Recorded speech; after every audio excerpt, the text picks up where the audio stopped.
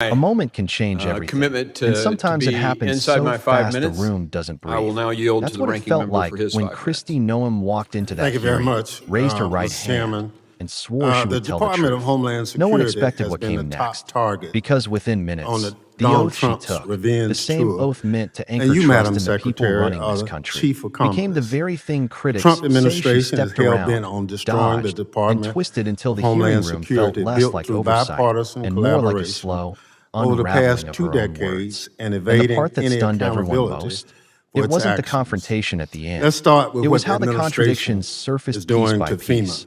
like layers Madam of a Secretary, story you she said that couldn't you quite want to keep get straight. rid of Commitment to be inside my 5 minutes. I will now yield to the ranking member for his 5 minutes. Thank you very much, Mr. Chairman. The Department of Homeland Security has been the top target on the Donald Trump's revenge tour, and you, Madam Secretary, are the chief accomplice.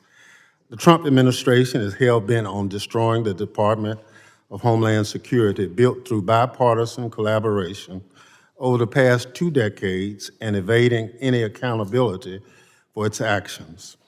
Let's start with what the administration is doing to FEMA.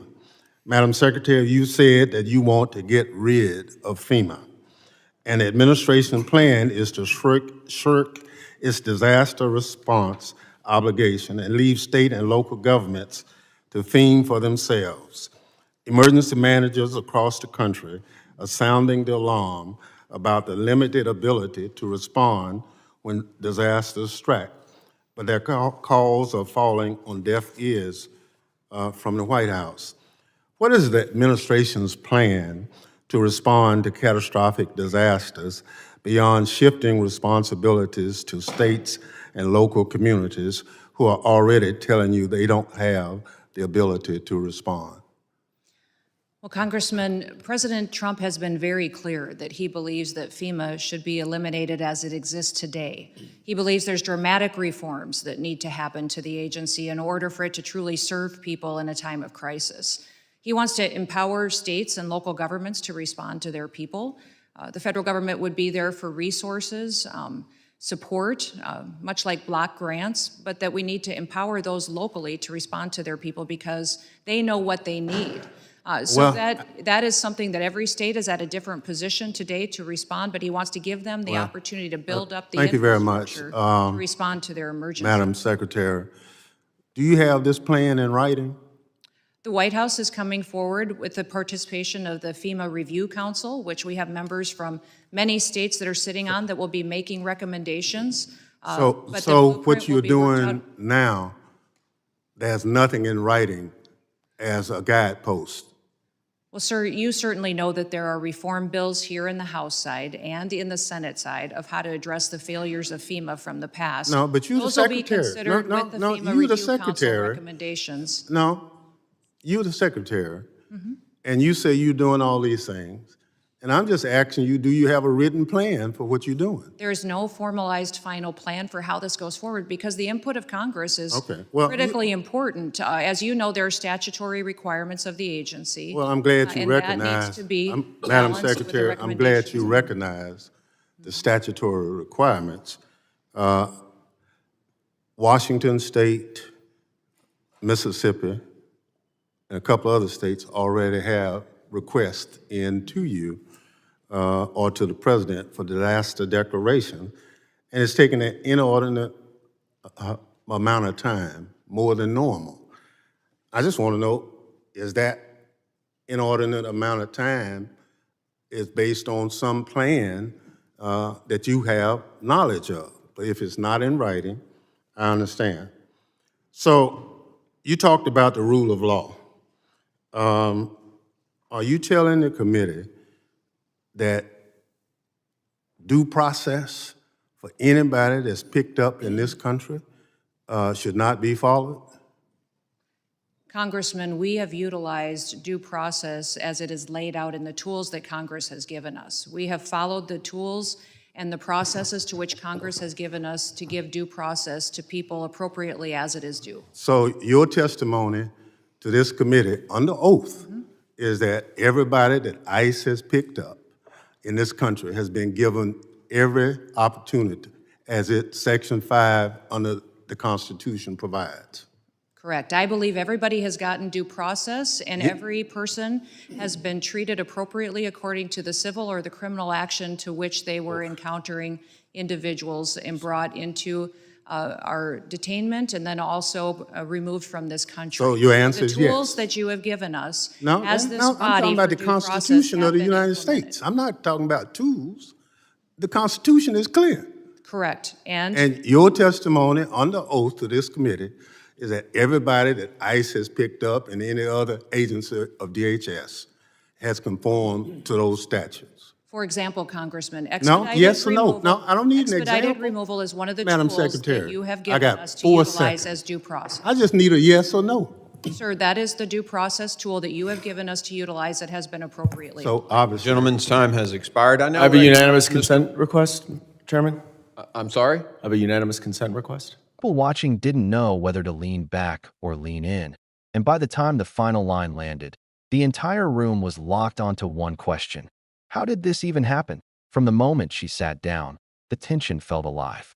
You could almost see the shift, the way confidence settled into her posture, the way she leaned toward the microphone as if she already knew every question that would come her way. She repeated what officials often say in moments like this, that the Constitution is her guide, that her department follows the law, that every action taken is shaped by duty. It sounded clean, polished, safe. But almost instantly, holes began appearing in that polished shell.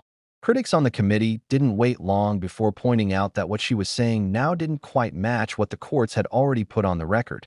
And the room felt it. That first crack in the story, subtle but unmistakable, the kind that makes you realize something bigger is coming. That first crack appeared when a federal court ruling was brought up, a ruling that didn't paint her department in the way she described it. Critics cited findings that under her leadership, DHS believed it could hold certain residents in foreign facilities without full due process. Not convicted individuals, but people entitled to constitutional protections. And suddenly, her phrase, "We follow the Constitution," didn't land with the strength she intended. Because here was a legal record saying otherwise. She insisted her team respected the law. Yet opponents argued the court had already drawn a very different picture, a picture of rights placed on pause, of due process not fully observed. Even people who had walked into the hearing with no expectations felt the shift. You don't have to understand every legal nuance to feel when something doesn't line up. And in that moment, nothing lined up. But somehow, this wasn't even the most difficult part of the questioning. It was only the beginning. Things escalated quickly when the discussion turned toward a unanimous Supreme Court order, the kind of decision government agencies don't get to ignore or debate. The court had directed DHS to return a man named Killer Garcia to the United States. Not a suggestion, not a polite request, a clear legal command.